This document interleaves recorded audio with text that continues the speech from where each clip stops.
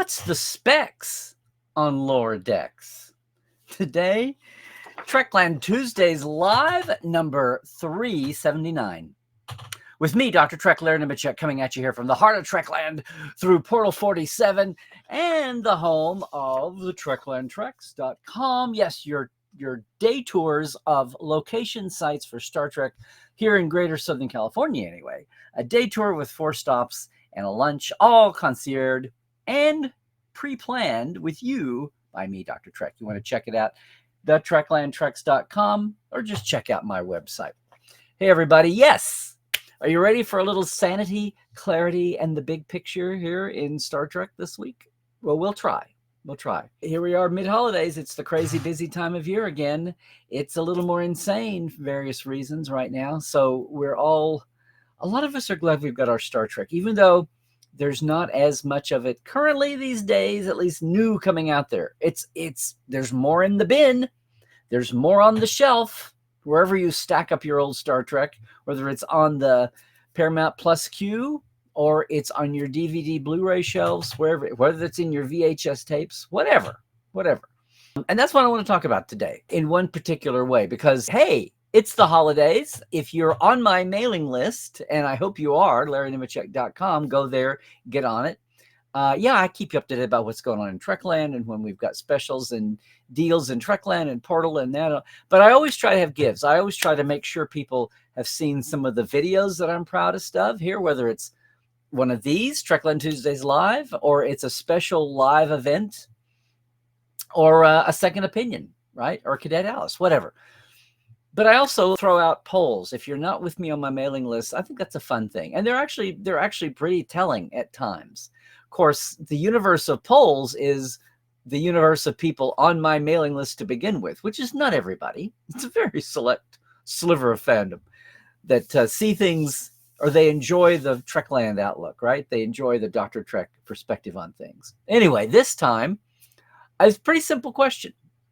And I've been light on emails this year. I've been extremely light. So recently we've been cranking back up again, and in the middle of talking about Cyber Monday and Black Tuesday. Meanwhile, in my own domain, I ask a poll question on the last mail out. Now that it's not done, but I just wanted to know what people's attitude was about lower decks.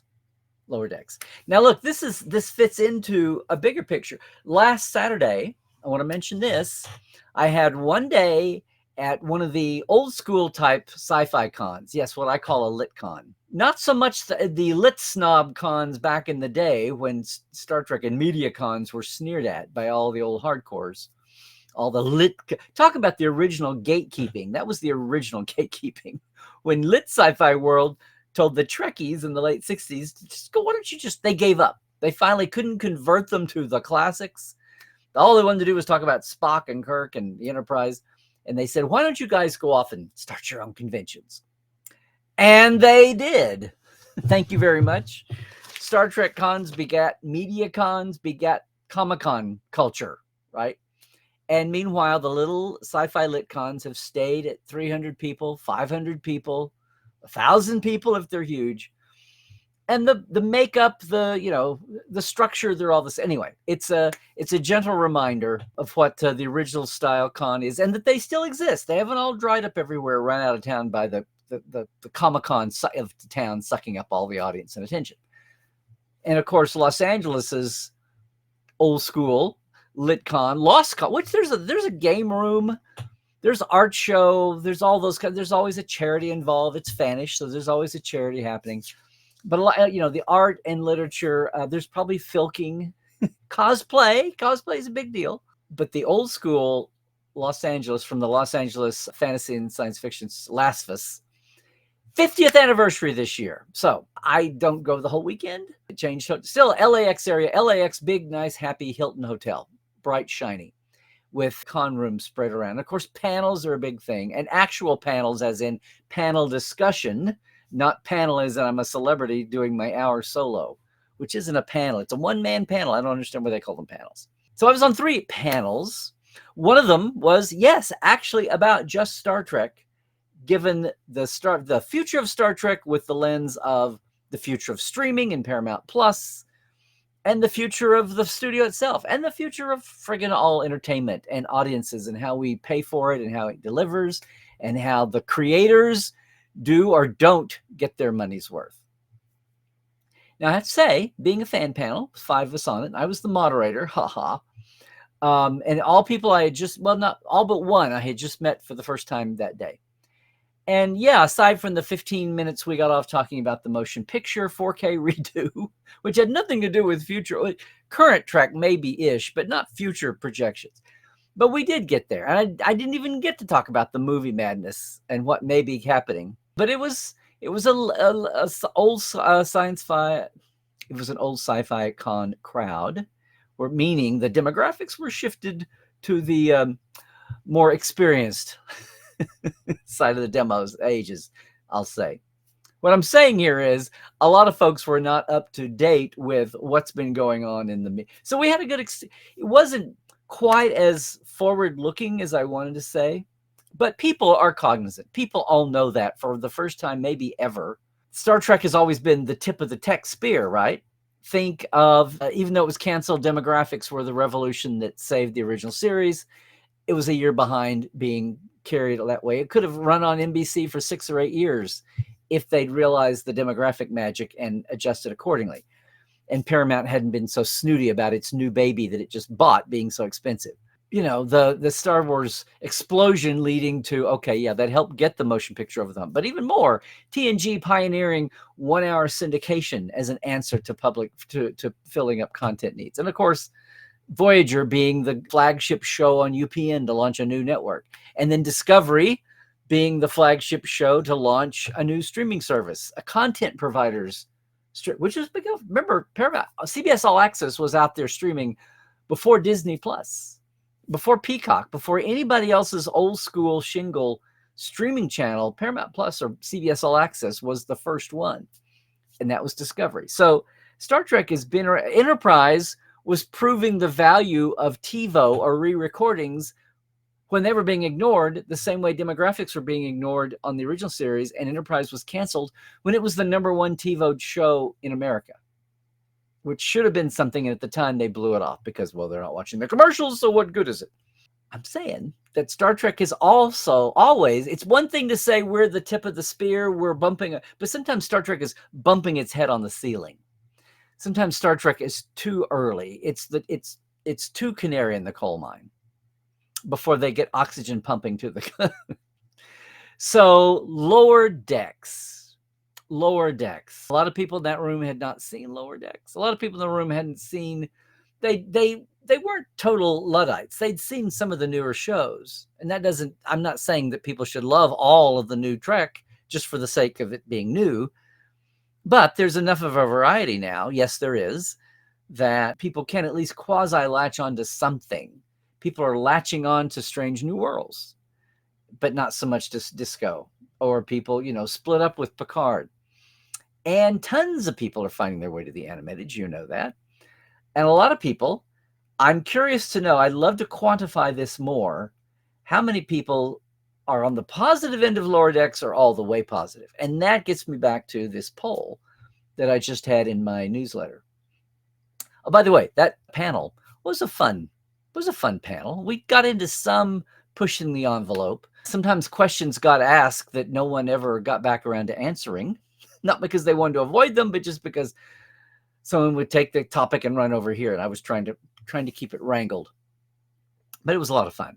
And I think we educated a lot of people on what had been happening the last, 5 or 10 years. People who just turned their back on things. One lady was still arguing the world of the 70s as Paramount versus us, the fans. And I wanted to go, we've been through about 8 generations since then. Nothing about that. Nothing about having a voice from the time. But some of the dynamics have changed just a little bit. The studio did learn, finally, they'd make more money if they gave fans what they wanted and didn't act in the ivory tower. But mainly because the geeks won, and now the geeks are running things that grew up with media and grew up with digital everything. It was a fun time. But it points up the reason that I asked this poll question. I've heard things anecdotally from people. I'm curious if you have too. Here's what I'm asking. I sympathize with this. I don't know if I'm ready to go there, but I have more and more people, at least 3 people over the weekend, Saturday at LostCon is the most recent example of me mixing with other fans, most of whom I didn't already know. But the topic comes up, and a lot of people, had they seen Lower Decks, many of them say it's one of their favorites, if not one of their favorites of the new Treks. And a lot of people will still say it's their favorite Trek of all time. Now, that sounds shocking to people until you realize that Lower Decks embraces everything. I think it's kind of a Russian nesting doll situation. I think Lower Decks embraces everything because they have fun with it. I won't say make fun, because it's making fun within the family. It's not the outsider kidding. It's the Facebook memes or whatever. It's the Instagram memes of Star Trek. You have to be in the family to make the joke and then to get the joke. And of course, it's going to be a loving poke. It's not going to be a hatchet job, which is what you can always tell. Or the really fake AI. It's like, no, that's not, you totally missed the boat here. But yes, I hear more and more people actually jump up and say, Lower Decks is really my favorite Trek. But I think they can say that appreciating its, memifying and going meta on so many things, not just the people, the characters, the concepts, the moments, the Easter eggs, visually and conceptually, moment-wise, story-wise. But I think they just appreciate the fact that it goes meta. And I talk about that all the time on Second Opinion. If you're not watching Second Opinion, I hope you do. It's my weekly reaction show when we have fresh Trek. And of course, we do right now. Yeah, more and more people are telling me that Lower Decks is their favorite modern Trek, or as 2 or 3 people did last weekend, it's their favorite Trek of all. So if you're on my mailing list and you got this survey and you replied, I asked the question, now what do you think of Lower Decks? I gave 5 options. I said, I never plan to watch it. Plan as in intentional. I had an option of, I've never watched it, but I intend to. Meaning maybe they don't have Paramount Plus right now, but that's, a thing. Then I had I tried it, but I stopped and I don't intend to go back. So someone gave it a try. It just wasn't for them. They walked away. That's the 3rd. The 4th was just, I enjoy it. Yay. And the 5th was, and I actually went there, Lower Decks is my favorite of all Treks. And that may sound crazy, but I've, again, anecdotally heard a lot of people saying that over the last 6, 8, 9 months, randomly, when topic came up. Here's the results. And I got about a 3% back on my overall mail list, so which is low, sadly, but that's a decent enough sample size. But there's clear trends. So at the bottom, tied for the lowest number of votes, 2.9% said, I never plan to watch it, which I was surprised it was that low. And 2.9% said, I have not watched it so far, but I intend to. Now, what was shocking to me was absolutely nobody said, I tried it, but didn't like it. But I tried it, but then I stopped. I didn't go into how violently you disliked it, or if you were just bored. I didn't go into the reason. I just said you started to watch, and then for whatever reason, you didn't finish. Okay, get it. No one on that. Then the biggest chunk, 2/3, 65.7%, said, I enjoy it. Okay, so we've had basically 3%, 3%, and 66. Remaining 28%-ish. Lower Decks is my favorite of all Treks. So there's out and loud and proud about it. I don't know. That was kind of, again, it wasn't as big an absolute poll as I would have liked, but it feels like there's clear trend lines there. Anyway, so that's a sample. 3% never want to watch it. 3%, hey, I'm going to, but I mean to, which I attribute to maybe somebody's waiting to get a complete Blu-ray set, maybe. Or maybe they just haven't had time. Life's tough sometimes. But I thought it was interesting that even out of this small size of sample, no one said I started and stopped. Again, 2/3 said they enjoyed it, and a little over a fourth said it's their favorite of all Treks. So I don't know if I can quantify my anecdotal, the live people comment. You can never go, but right? That's not scientific. And this is not scientific as far as all fandom, obviously. It's out of my mail list. So you had to find your way to me and not had a good reason to unsubscribe over the years. So it's kind of a curated list that way. So there's a little bit of a skew inherent sometimes, whether we can mention or not, but there is inherently. Probably not a lot of under 30 folks. I'll say that too. So how does that ring? Does that ring with you? Here's the other thing. We went 2-3 years ago. Yeah, pandemic. Yeah, crazy times. But that whole, the original out of the gate philosophy of Paramount Plus, well, CBS All Access to Paramount Plus, but all the streamers, right, was the whole, big content, big TV, big streaming, and cinematic TV, and spend a lot of money and throw it on the wall and see what sticks. And there are no ratings for the public. There are internal numbers that those companies all sit on and aren't about to give up. They're not about to share those unless they want to say, oh, here's the top 10 on Netflix right now. But here's what's trending or streaming trend. Here's what's hot. They'll do that. Occasionally, if they have something really to trumpet, they'll put out a press release and say it was the #1 show on Amazon Prime for the last 3 months. Woohoo. And there'll just be a general buzz. And somehow Netflix or Prime or All Access or whatever calling the showrunner or the head of their division department at their studio, and somehow that goodwill vibe or the badwill vibe trickles down to the writing rooms and producer suites, and then the crews. If it's live, well, either way, live action. I mean, that vibe, right, catches on. The Taylor Sheridan, Yellowstone, and all of those, 1923, whatever, 1889, all of that vibe. Oh, Taylor Sheridan has a franchise. We don't have a lot of numbers when they're off network, the old school ratings. So we just have to, this is what the strikes were about. Where's the numbers?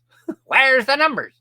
It's for all you folks alive in the 80s. We don't have that hard and fast. We go by vibes. We're all still waiting. And the Hagemans and Aaron all say, don't give up the ship yet. We're waiting on a season 3 for Prodigy. Why? People still can't understand why Lower Decks as a half-hour animated costs a fraction of what the live action shows. Why they couldn't just keep cranking 10 out a year of Lower Decks, another 5 or 6 or 8 seasons. It's nowhere near, it keeps refreshing itself.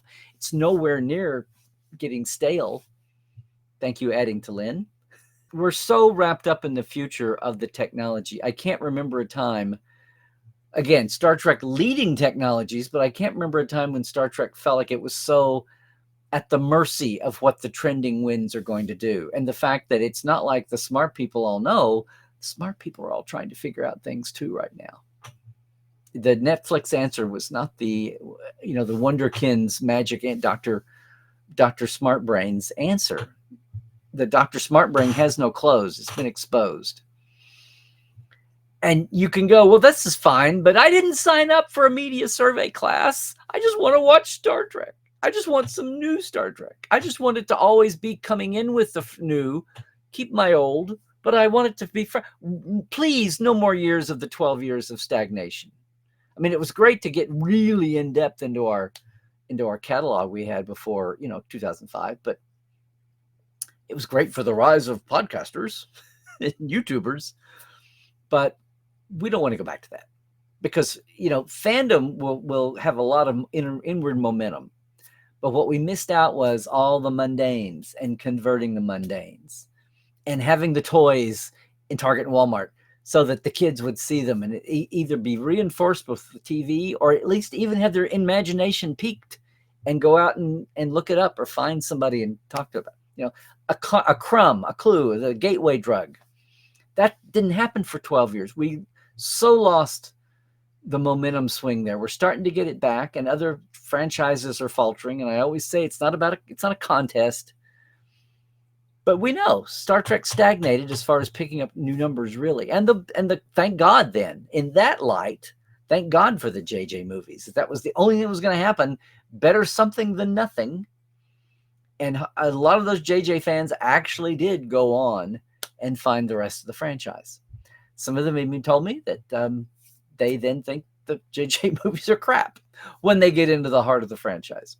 And that's as it could be. They had their purpose. Anyway, we're at a time now where we've slacked off from that. We've hit the brakes. We're having whiplash from having fresh Trek every week. We're all exhausted from reviewing it, and you guys are, watching it. A lot of it didn't have time to sink in, just like the rest of Peak TV. All the shows we zoomed through so fast once the steam got up that I feel like I only half watched them, even though we did deep dives every week on aspect, like Second Opinion was that. So right now we're in a Lower Decks season that's been several months since live action ended, since Strange New Worlds. And we'll have a month before the 1-2 hour TV movie of Section 31. And then who knows, probably another 2 or 3 months before Strange New is out, if we're lucky, 2 or 3 months. There may be a real pause after the Section 31 in Fresh Trek, in New Trek.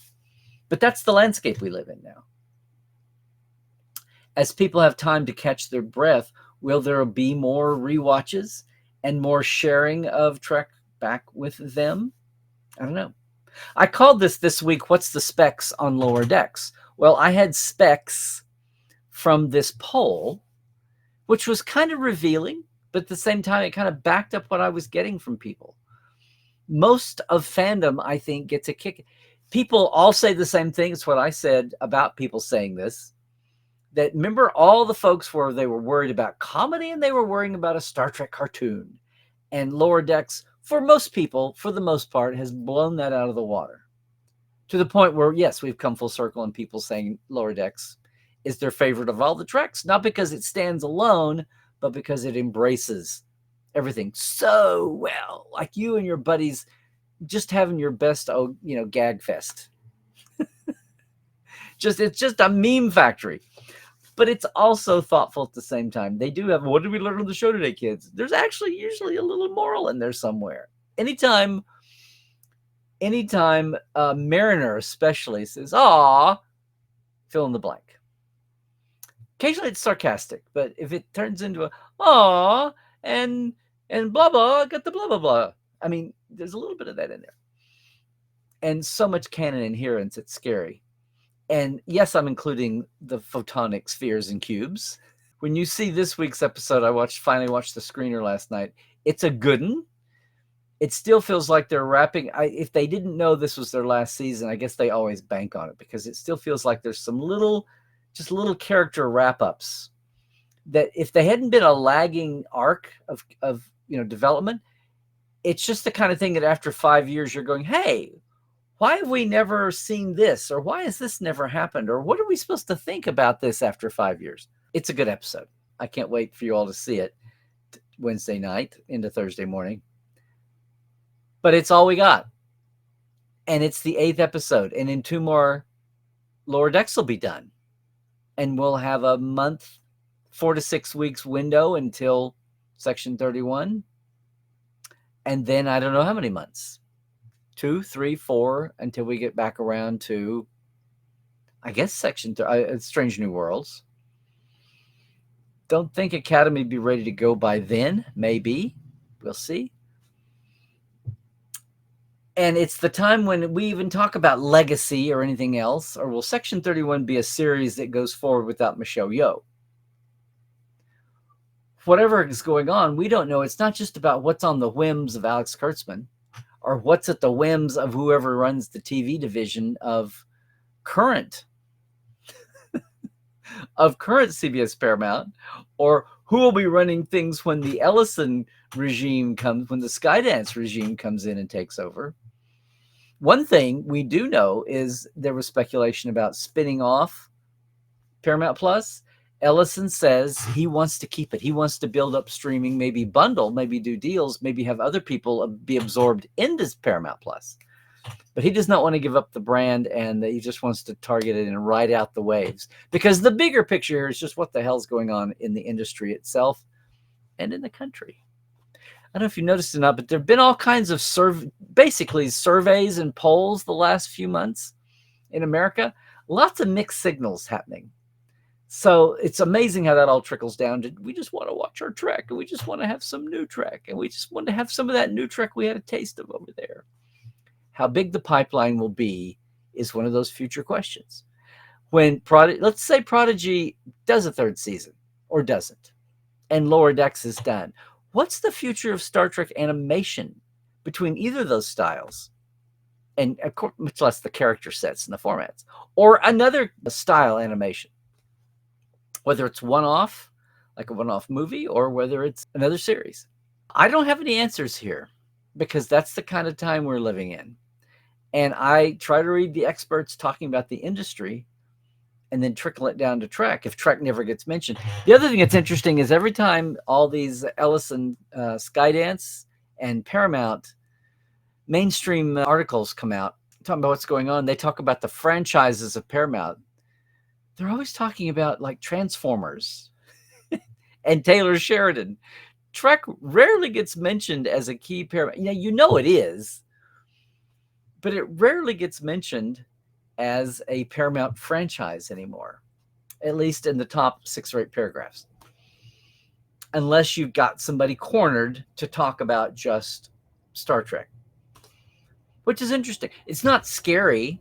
There's no non-commitment. We're not about to have 12 more years. That was the other part of the panel. We're not going to have 12 more years again where we have no Trek at all. That was ridiculous. Small screen episodic Trek, I mean. That's not going to happen again. There'll always be something in some form, or at least being planned, I'm going to wager. So having said that, what is it? How much? If it's only just one series at a time, gasp, how can we do that? But Star Trek will not go away. That's Ellison is too much of a, and his dad both. They co-produced some of the Kelvin movies the last 10 years when that was a thing to do. They're not going to go away from Trek. There'll always be at least one series on, I think. I don't think we'll go back to those totally fallow days. But still, given that, what are we going to do cope with it? I mean, yeah, sure, everybody will dive back. People will dive back into, hopefully give all the newer shows a chance that they zoom by or that they didn't appreciate them or like them. And I'll put myself in that club, variously. I'm not a shill. So yeah, 28% of the people on my poll said Lower Decks was their favorite Trek. Anyway, I hope I have stirred the coals here a little bit, gang. Yeah, it's sad about Lower Decks ending, although, as we keep saying, in the published PR statements, right there, done in graphics, big, bold graphic quote boxes, not just Mike, but Alex Kurtzman both said, I don't think we've seen the last of the adventures of, Beckett, Mariner, and Bradward Boimler, and Tendi and Rutherford, and all of them, which is a pretty crazy, bold thing to do. And then that said, Hold My Beer, Tawny's sitcom idea that hasn't even been formed yet, much less titled and gotten ready for its close-up, Mr. DeMille. That said, Hold My Beer. So we are living in interesting, different times where everything is not the old-fashioned playbook anymore as far as all of this is going. So it's going to be a crazy, interesting year. And that's why, even though I do this every year, I was so excited about making sure that we had Black Friday and Cyber Monday specials. Now, the Black Friday special is gone. I had a German friend jump it. It was huge, but it was a huge savings. It was a whole year of Portal 47 with 3 bonuses. And we're not doing the extended thing this year. It's gone. What's happening now is the gift offer we've got, which is this one I've offered before. You can give the gift of Star Trek through Portal 47, right? Your monthly backstage pass. For all the folks who had no idea how much Star Trek they had no idea about. Well, we are all about backstage Trek. And for a gift box, you can actually give somebody a digital gift. You can put it in the box and give it to them for the tree. Anyway, 6 months, it's $35 off. Basically, you're getting 1 month free, but then you get all kinds of cool things. Gene's 1990 Christmas card, the pin, sure. and a little gift card that you can give the person as an act. Now, you can get this for yourself, but it's all in that nice little shiny box. And I can mail right to the person, or I can mail it to you and you can do it locally. Either way, the holiday gift is up. You go to LarryNemecek.com/Holly24, HOLI 24. And that gets you there. Well, Trekland, I can't wait to see what everybody's talking about, how everybody's doing this week. But of course, before we go any further, I need to do a shout out, yay, to my TTLers here, okay? So thank you once again, Chuck A., James Kerwin, Diana Hopkins, Jesse at Crusher Convo, Lawrence Todd, Hal 1, not Hal 9000, just Hal 1. Glinda Bruton, Andrew Jasimski, Mitch Keith, Josh Patton, Pranakasha Productions, Chris Jiggins, Keith Rombach, and Comedy Forecast. And then, our live wires, Greg Wickstrom, Robert McLean, Byron Bailey, J.R. Poole, Gary Williams, James Durovich, Dave Gregory, Dan Leckie, and Casey Shafsky. Thank you so much here. It's been a year. Been a year of wildness here on my home front, but also Star Trek 2. We're just adjusting all the time, aren't we? So if you want to jump in and help stabilize things with my Patreon as we expand out, add more guests, all the things, it's a very simple $5, $10. There at patreon.com/Trekland live is mine. So I really do appreciate it, guys. Whoever jumps in, they bill that at the end of the month. So do that. And by the way, as I've been saying lately, if you want to get into my Patreon, or actually anybody's Patreon, do it on the app. I mean, don't do it on the app. Go to that website, right? Patreon.com/TreklandLive. That's the best way to do it. If you go to the app, especially on the Apple Store app, there's a new surcharge. And it's strange and weird and most of all expensive. Don't do that. Just come to the webpage, which I think is what most people do anyway. It's what I do when I'm looking at Patreons. I don't do the app. It's small. I want to look at some of those artworks. I want to look at some of the projects and big. I don't want to do it on a phone. And I wouldn't do it on an iPad if I used it for that.